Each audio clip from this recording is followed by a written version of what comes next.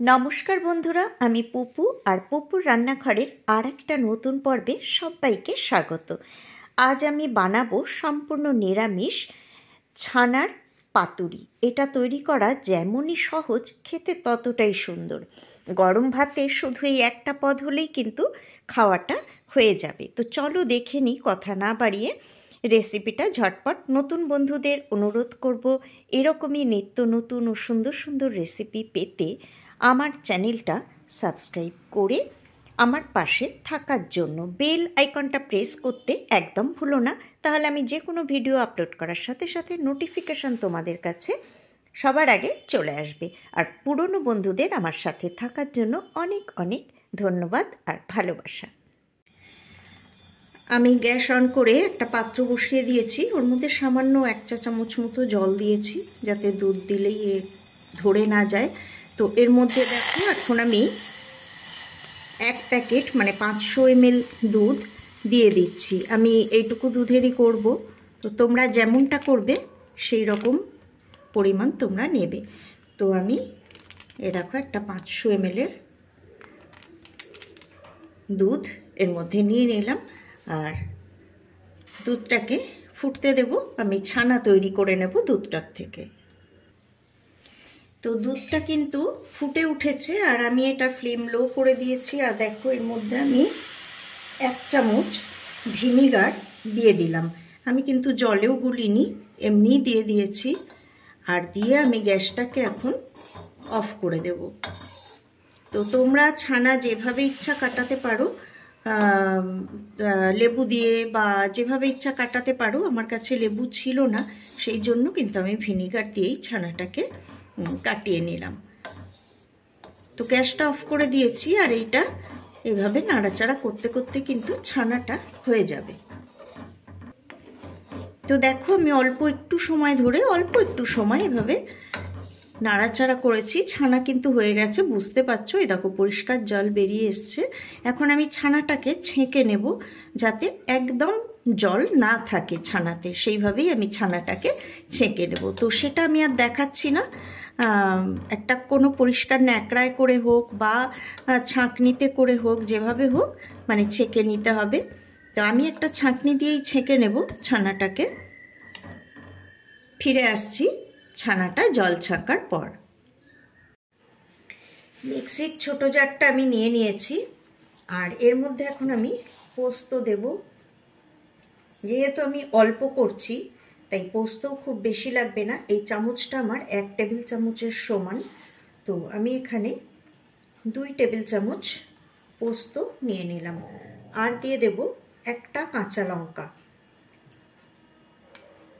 এই দিয়ে আমি এটাকে পেস্ট করে নেব। তো দেখো এখানে ছানাটার কিন্তু আমি দেখো বুঝতেই পারছো একদম পুরো জলটা ঝরিয়ে নিয়েছি। ছানাটাকে একটু হাত দিয়ে এইভাবে ভালো করে ভেঙে নেব।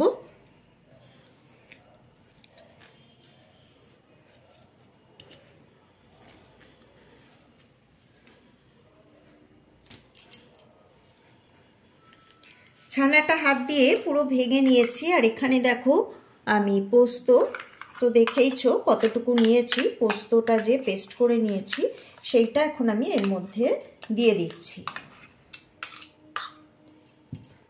এখানে হাত লাগাতেই হবে, সুতরাং চামচটাকে আমি সরিয়ে দিচ্ছি। আর এর মধ্যে যতটা পোস্ত লেগে আছে সবটা আমি এইভাবে হাত দিয়ে ভালো করে এর মধ্যে নিয়ে নিচ্ছি। কারণ পোস্তর ভাই অনেক দাম, পোস্ত একটু নষ্ট করা যাবে না। পোস্ত বলে না, যে কোনো জিনিসই নষ্ট করার কোনো প্রয়োজনই নেই, কারণ জিনিসের কিন্তু ভীষণ দাম। সুতরাং এর মধ্যে লেগে থাকবে, আমি ছেড়ে দেব তা তো হবে না। তো পোস্ত আমি সবটা দেখো চেঁচে মুচে ভালো করে নিয়ে নিলাম। এবারে এর মধ্যে আমি দিয়ে দেব স্বাদ মতো নুন। আমি একটা কাঁচা লঙ্কা বেটে দিয়েছিলাম, তোমরা তোমাদের স্বাদ মতো কিন্তু ঝালটা দেবে। দিয়ে দিলাম নুন। দিয়ে দেব খুব সামান্য কয়েক দানা চিনি আমি হাতে নিয়ে দেখাচ্ছি। এই দেখো কয়েক দানা চিনি আমি এর মধ্যে দিয়ে দিচ্ছি। তোমরা যদি ভাবো যে চিনি দেবে না, চিনি অপশনাল, চিনি তোমরা নাও দিতে পারো। এবারে এর মধ্যে আমি দিয়ে দেব সর্ষের তেল।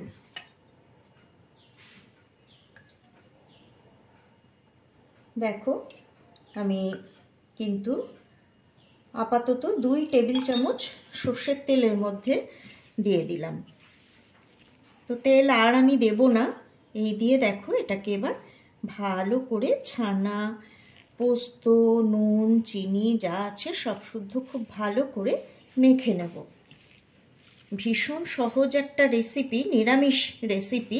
নিরামিষ দিনে তোমরা এরকম যদি বানিয়ে নাও তাহলে কিন্তু গরম ভাত আর এটা হলেই কিন্তু খাওয়া হয়ে যায়। ভীষণ সুস্বাদু একটা রেসিপি। তো উল্টে পাল্টে দেখো সব দিক থেকে আমি ছানাটাকে নিয়ে মাখিয়ে নিচ্ছি। আমার একটু ভুল হয়ে গেছে, প্লেটটা একটু ছোট নিয়ে ফেলেছি, আর একটু বড় হলে আমার মাখাতে সুবিধা হতো। তো একটুখানি সাবধানেই এইভাবে আমি এটাকে মাখিয়ে নিচ্ছি।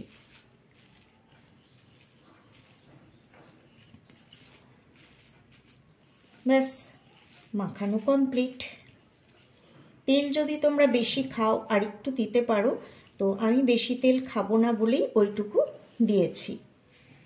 তোমরা চাইলে আরও 1 চামচ তেল এতে অ্যাড করতে পারো। এবার যেটা করব দেখো, আমি এই রকমভাবে কলা পাতা কেটে ধুয়ে নিয়েছি। আমি 2 পিস নিয়েছি। তোমরা যতটা যেমন করবে সেইভাবেই তোমরা নেবে। আর এখন এর মধ্যে আমি 2টোতে ভাগ করে এটাকে দিয়ে দেব। আর হ্যাঁ, আর একটা কথা, এটা সাদাই থাকবে, আমি এতে হলুদ দিই না। তোমরা যদি মনে করো যে হলুদ দেবে তাহলে একদম 1 চিমটে হলুদ দিতে পারো কালারের জন্য, তা না হলে কিন্তু কোনোই দরকার নেই। তবে আমি এতে হলুদ ছাড়াই করি।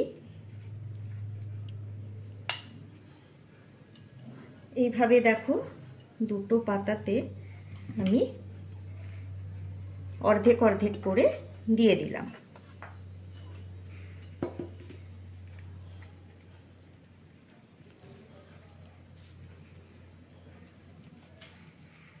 পাতাটা মুড়াতে সুবিধা হবে বলে আমি একটু এরকম করে দিচ্ছি।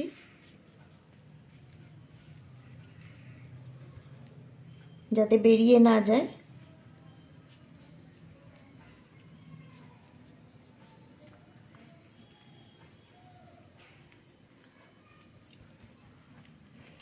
এইবারে দেখো পাতাটাকে আমি এইভাবে মুড়িয়ে দিচ্ছি।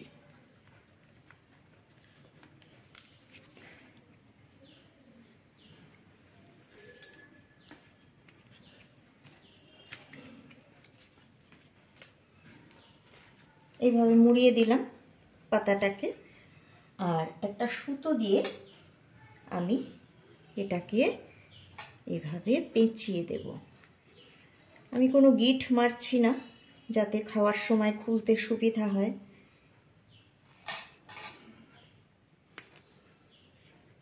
ব্যাস এইভাবে আমি এটাকে মুড়ে দেব।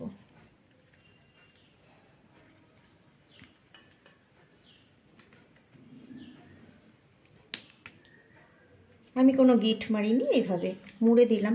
এইভাবে আমি এটাকেও রেডি করে নেব। তো ওইটা আমি একটা এমনি আমি আটকে দিয়েছি, আর একটার মধ্যে দিয়ে দিলাম আমি কাঁচা লঙ্কা। কারণ আমার হাজব্যান্ড কিন্তু ঝাল একেবারেই খায় না। তো দুজনের যেহেতু করেছি, ওরটা লঙ্কা দিইনি, ওই বাটা লঙ্কা যেটুকু দিয়েছি ওতেই হয়ে যাবে। আর আমারটার মধ্যে আমি দিয়ে দিলাম কাঁচা লঙ্কা। তো তোমরা অবশ্যই প্রত্যেকটার মধ্যে লঙ্কা এভাবে দিয়ে দেবে।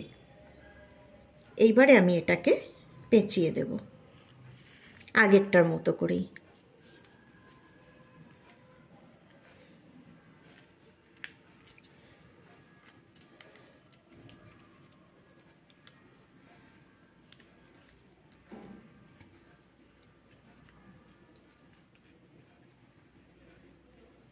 ব্যাস দুটোই আমার রেডি হয়ে গেল। ভীষণ সহজ একটা রান্না। পাতুরি সবসময়ই খুব সহজ হয়। তো দেখো কড়াই বসিয়ে দিয়েছি, আর আমি এর মধ্যে দিয়ে দিচ্ছি 2 চামচ মতো সর্ষের তেল। তোমরা ননস্টিক চাটুতে বা কড়াইয়েও করতে পারো, একটু ফ্ল্যাট হলেই ভালো হয়। তাতে অল্প তেল ব্রাশ করে দিয়েও করতে পারো। তো আমি এটাতেই করছি এইভাবে।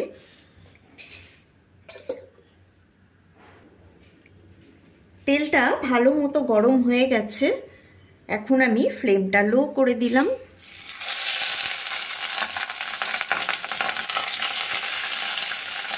আর দেখতেই পাচ্ছ পাতুরি দুটো এর মধ্যে দিয়ে আমি একটা প্লেট দিয়ে এটাকে ঢাকা দিয়ে দিলাম। লো ফ্লেমে এটাকে আমি করব। একটা পিঠ পাতাটা নরম হয়ে যাবে, একটু পোড়া পোড়া হবে, তবেই আমি আর একটা পিঠ উল্টাবো। আমি ফিরে আসছি একটু পরে। আমি ফিরে এলাম মিনিট খানিক পর। দেখে নেব ওই পিঠটা হয়েছে কিনা। এই পিঠটা দেখতেই পাচ্ছ পাতাটা নরমও হয়ে গেছে, আবার পোড়া পোড়াও হয়ে গেছে। তো এই দেখো,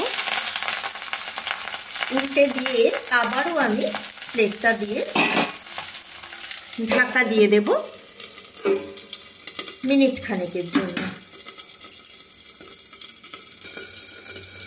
আবারও ফিরে এলাম মিনিট খানেক পর।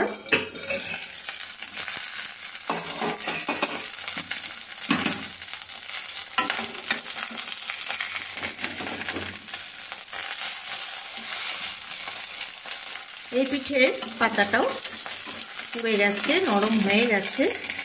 এগুলো কিন্তু বেশিক্ষণ লাগে না হতে।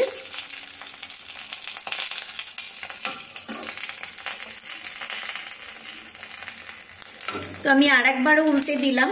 আবারও আমি এই পিঠটা এবার আমি মিনিট 2 ঢাকা দিয়ে এটাকে রান্না করে নেব। ফিরে আসছি 2 মিনিট পর। ফিরে এলাম আরও 2 মিনিট পর।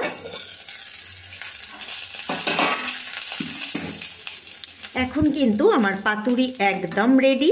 এবার আমি এগুলোকে তুলে নেব।